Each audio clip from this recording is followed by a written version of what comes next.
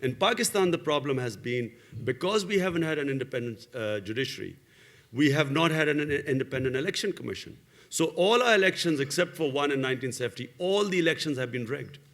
And so people have lost faith in the democratic process because they think their vote won't make a difference. Like right now, I can assure you, I can give you in writing, on 18th February would be the lowest turnout in Pakistan's history.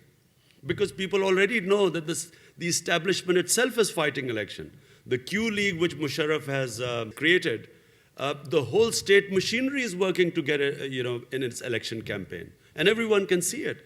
So when people feel their vote does not make a difference, they don't go out to vote.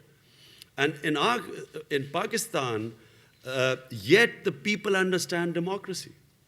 They understand what democracy is compared to other countries because we have a democratic culture. We have, and this whole, these last 3 years with the independent TV, it has made even a bigger change. People understand the issues now much better. And so in my opinion, military dictatorship, whatever happens, is never the answer. Look, here's someone who was conned by Musharraf for 2.5 years. I supported him. I really thought, someone who could fake sincerity like he does. He's brilliant at that. And I fell for it. And for 2.5 years, we thought, the man was really had got rid of sham democracy and was going to bring genuine democracy, quote unquote. This is what he said. And in the end, I discovered that it's not the fault of generals. It's the institution which they come out of. They just don't have the vision to run a country. They're not equipped to deal with normal human beings. They don't understand debate and consensus and stuff. And so as Churchill once said, war is too serious a business for generals. I really believe that they're not equipped to make these decisions. They should be given, projects, okay, go capture that hill. But when you tell them to run the country, it doesn't work. The watershed of relationship between people to people, India and Pakistan, the people of Pakistan and people of India, I think was Kargil, the Kargil misadventure, and followed after that when there was a bombing in the parliament in Delhi. I think after that I noticed a huge change take place, a sort of realization amongst the people in the subcontinent that we cannot solve our problems through military means.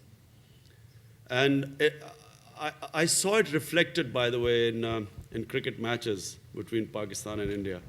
When I used to play cricket against India, losing was not an option. When we used to be playing a match against India in Pakistan, it was even worse than playing in India. Because in Pakistan, the fear was that if we lose in Pakistan, we were scared for our lives. But here I was sitting and watching this India-Pakistan match in Lahore, and I never thought I would see these scenes. Pakistan loses to India in Lahore. And guess what happens? I mean, Indian supporters waving flags in the stadium in Lahore and Pakistani spectators cheering them. I thought I had died and I'd gone to another world. I never thought it would happen, but I think this is what it was very obvious that things had changed.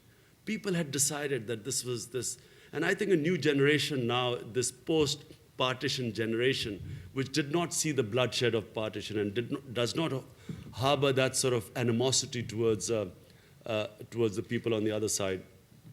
And I feel that it's irreversible. I do not think that we will ever go back to that sort of tension. And although we have extremists both sides who are interested, who get votes by spreading hatred against the other country.